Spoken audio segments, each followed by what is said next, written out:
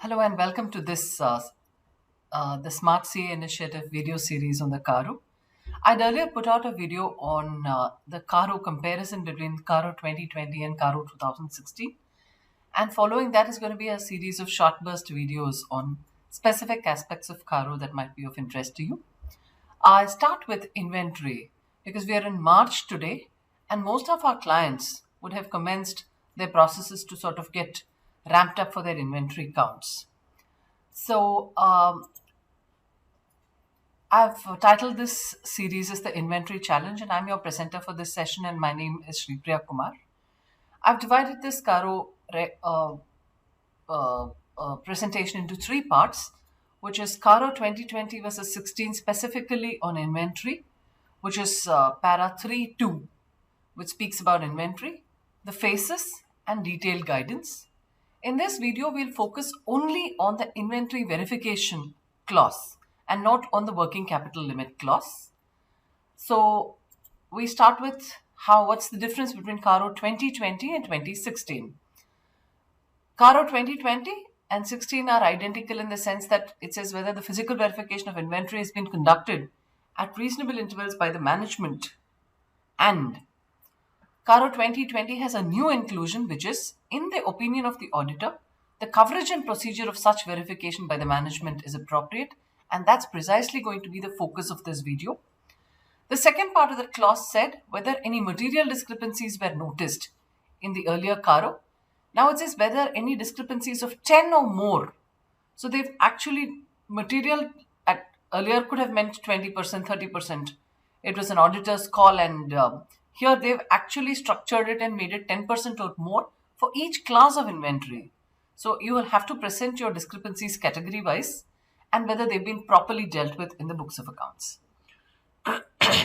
Now we come to the straight process itself. I've distinguished my entire presentation on how this whole inventory, the presence of a policy and how the entire stream up to verification and post-verification adjustments will be handled. So I've divided it into four parts.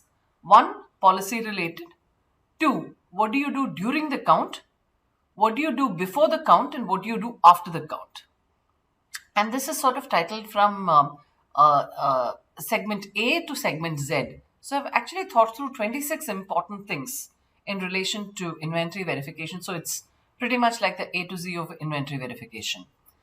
Policy related, first of all, the client has to have a policy on physical verification, perpetual, periodic, and how it will be carried out. The policy should ideally provide for custodian verification as well as for independent verification. Inventory verification is carried out on a periodic basis as mandated by the company policy. So you have a controlled design, and then in this clause you have the operative effectiveness. All items of inventory need to be covered in a reasonable time frame. I've said, let's say, once a year or once in 2 years, whatever is deemed appropriate and commensurate to the scale and value of inventory carried. Then we come to before the count. What are the safeguards you exercise before the count? All inventory, all categories of inventory should be covered, whether it's RM, WIP, FG, stores and spares. All inventory locations should be covered. So chance that you might miss a location itself. All intermediary storage locations are also covered. Your full flow stock, your obsolete storage areas, your production lines, where your WIP is stored. All temporary warehouses are also covered. So the management has taken a temporary warehouse for some time. So primary thing is to obtain data of all inventory storage location. The entity should have book stocks. I think this is very, very relevant. There's no point, trying to perform a PV where there are no books, because you could have a challenge. Then how do you actually certify internal financial controls? So you'll have to make sure that there are book stocks which record opening stock, receipts, issues in closing balances. Written stock verifications need to be issued before the count. Cutoff references, your last document references with a certain reasonable amount of verification of the cutoff, also needs to be performed to make sure that there are no cutoff errors in the process. Verification protocols are ensured that batch stocks are verified batch-wise, manufactured date-wise as stipulated by policy and as relevant to the circumstances. This batch-wise verification is extremely important to confirm the aging and to make provisions if necessary for slow-moving, obsolete inventory.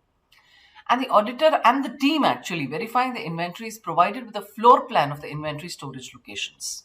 So this is what you need to know before the count. You need to know what to count, how are you going to count it, and where are you going to count it.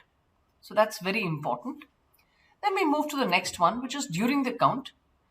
You primarily ensure control over stock verification sheets. Ideally, you serial number it. So I have done this video for something that's a large inventory count. But nevertheless, it makes sense to issue pre-numbered sheets. If the count is not completed, the location to be sealed so there's no authorized movement at night, no unauthorized movement rather.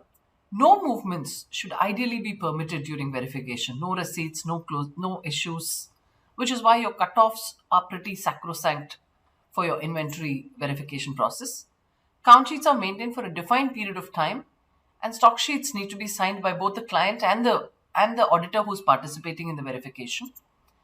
Damaged inventory is identified separately. So as you actually verify, you also ensure that you specifically mark out obsolete or damaged inventory as and when you come across such inventory. In fact, another very important point is there is a certain sequence you follow for this verification. You need to ensure that you start from point A and end at point B. The final verification report, of course, after the count, let me take a 1 minute on this.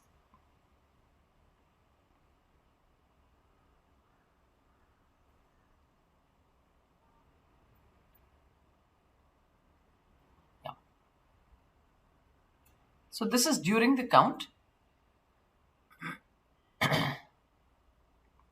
After the count, the final verification report summarizes the inventory verified, the locations covered, the excess, shortage, the batch mismatches, etc.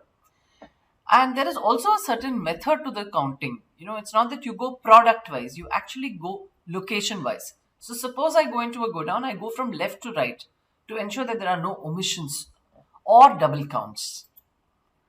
Final excess shortage summary is reconciled to the books and you come up with the number. Adjustment entries are reviewed and approved as per the delegation of authority. Adjustment entries are accounted for promptly in the accounting system of the company or the entity. Backup to adjustment entries are printed and filed. These are essentially what your journal vouchers are.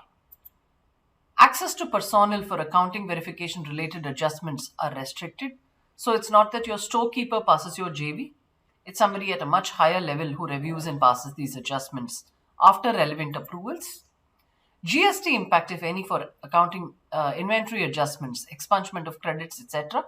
These have to be cognized for. Professional skepticism is applied. So you trust, but you verify.